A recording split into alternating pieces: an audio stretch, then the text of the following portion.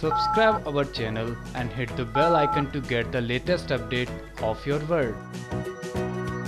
कुछ जोड़ियों में प्यार इस कदर होता है कि बेहद की हद को भी पार कर जाता है, और जब ऐसा रिश्ता टूटता है तो उसकी गूंज तो नहीं होती, लेकिन टीस बेहद गहरी रह जाती है और हमेशा जरूर रहती है। स्वागत है आप सभी का हमारे शो अधूरी कहानी में, और मैं हूं आपके साथ आपकी होस्ट इशिका, और फिर एक बार हाजिर हूं एक और ऐसे जोड़े की अधूरी कहानी को लेकर जिस कहानी में भरा है ढेर सारा दर्द, और जो कहानी हमेशा हमेशा के लिए रह गई अधूरी।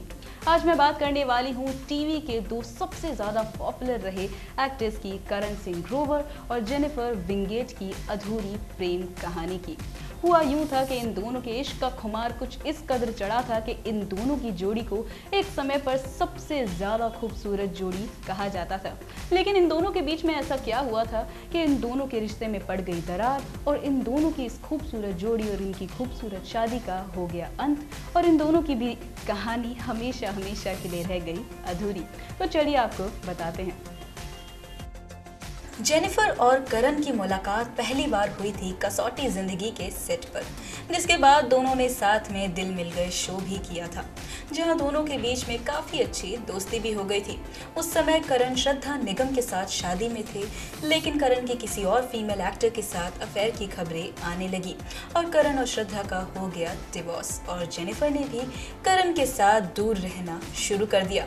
लेकिन होनी को कौन टाल सकता है। कुछ समय बाद करण ने जेनिफर को शादी के लिए प्रपोज किया, और जेनिफर भी करण के प्यार में कुछ इस कदर कायल थी कि शादी के लिए कह बैठी कबूल है, और दोनों ने शादी कर ली। लेकिन शादी के 2 साल बाद ही दोनों अलग हो गए। दोनों के बीच में कई बार झगड़े हुए, स्टैंडर्ड्स को लेकर भी बहस हुई, और बिजी शेड्यूल की वजह से दोनों एक दूसरे को वक्त नहीं दे पाते थे।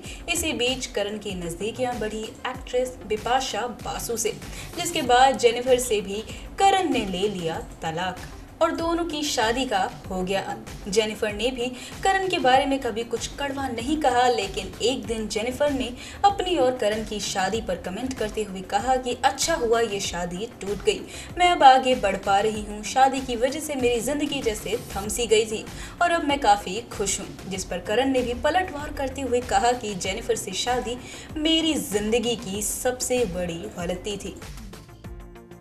तो देखा आपने, बेशुमार प्यार, बेशुमार दीवानगी और बेशुमार खुमार के बावजूद इन दोनों की इस खूबसूरत जोड़ी का हो गया अंत, और दोनों ने अपनी अपनी ज़िंदगी में अब आगे बढ़ने का फैसला भी ले लिया है।